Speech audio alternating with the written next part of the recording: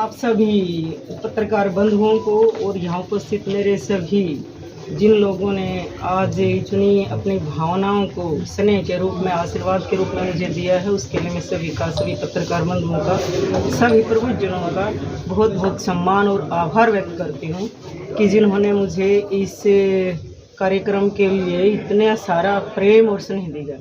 और आपको मैं बताना चाहूँगी कि अब जो जिम्मेवारी मिली है, जैसे माननीय मुख्यमंत्री जी ने और प्रदेश अध्यक्ष जी ने परसों बैठक में बोला है कि पहले जो हम 20 किलो वजन उठाते थे, अब हमें 80 किलो वजन उठा के चलना पड़ेगा, क्योंकि ये चुनावी वर्ष है और तीन चुनाव हैं, नगर परिषद के हैं कहीं पूरे हरियाणा में, कहीं नगर पालिका के, नगर निगम के, और उसके साथ साथ लोकसभा चुनाव बहुत नज़दीक हैं, उसके बाद विधानसभा।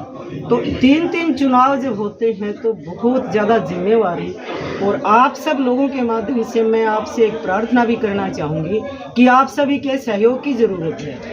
आप सब के सहयोग से हम दादरी को उन ऊंचाइयों पर ले जाना चाहते हैं जहां विकास की बात काफ़ी कमी रही है, और आगे आप सब का सहयोग इसी तरह हमें मिलता रहे।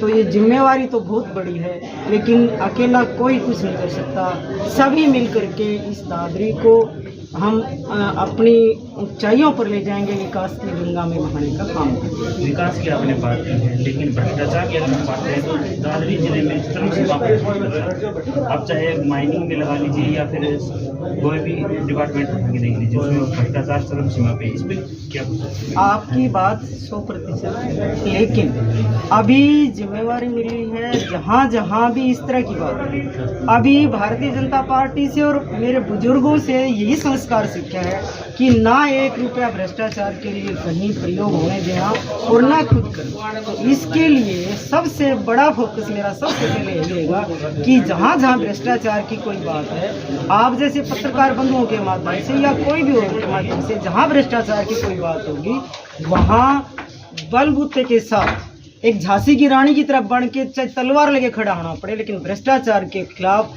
लड़ाई सबसे पहले लड़नी।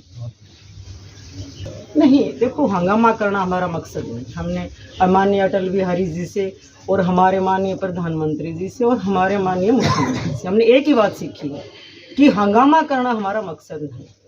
इसीलिए जो बात आराम से और प्रेम से हो सकती है, हंगामे से कभी नहीं हम जीत सकते। कांग्रेस हंगामा करिए, वो उनका आपसी लड़ाई जो है, कल्चर है, उनका कल्चर ही ये रहा है कि वो आपसी लड़ाई हो, इसीलिए तो वो प्रोग्रेस नहीं कर पा रहे।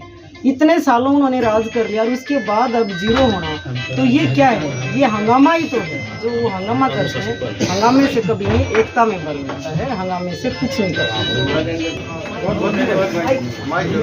सकते।